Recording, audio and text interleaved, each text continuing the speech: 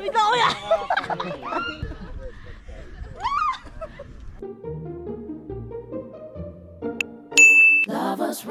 Lovers road took you on a journey, so you'll just have to find another route on the road. Natapos kaming mag-ATV around 7 AM, kaya after nun, diretso breakfast na din kami. Included na sa overnight stay namin tong breakfast. Ano lang yung Spider-Man?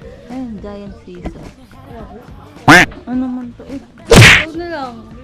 Diretso na din pala kami sa mga activities pagkatapos kumain. Gusto ko sanang itry lahat, kaso itong si Zara natatakot. We tried itong spiderweb. Diyos ko, si Zara nangangatal. Sa aming dalawa talaga, mas malakas ang loob ko sa mga gantong activities. Yun. Put.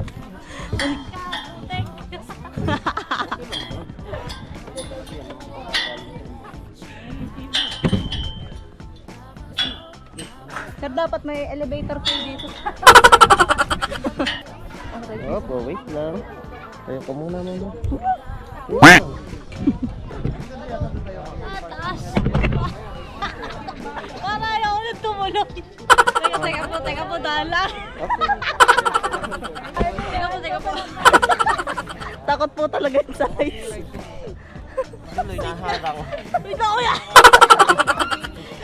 Tuloy naharang yung belt bag. Oo, mas malakas pa ang loob ko sa'yo. Kuya, hawak ako sa'yo. Diyan muna. Nangangatog.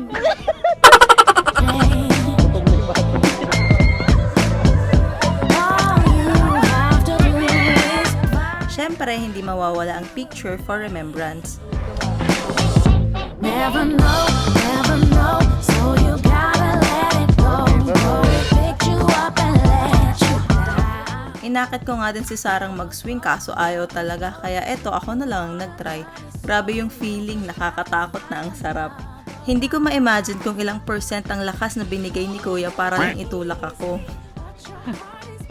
And kahit dalawa lang activities na na-try namin, super nag-enjoy ako. At least, we've got to experience another breathtaking course. Never be no doubt. There's something about on the road. On the road. Nagpahinga lang kami, wash, then umalis na din kami. Dito na lang kami nag-lunch sa Epic Restaurant. Tanay part pa rin to ha. May entrance tayo, 50 pesos per head po, consumable po sa food and Okay. ilan po lahat? Dalawa lang. Ito pa lang ino-offer nilang foods. Sis, kapag o-order ka dito, expect na madami ang serving nila. Kami nga ni Zara, hindi na namin naubos. What to expect sa resto na to? Siyempre, ano pa ba, kundi napakagandang view. Gotta let it go. It picked you up and let you down. Ang bilis lang ng stay namin dito sa Tanay, no? Pero super na-enjoy namin. Another core memory. Along the way na lang din pala kami bumili ng pampasalubong like grapes, rambutan, and lansones. Na-enjoy nyo din ba tong vlog? Tingin nyo, saan naman ang punta natin next? Times now.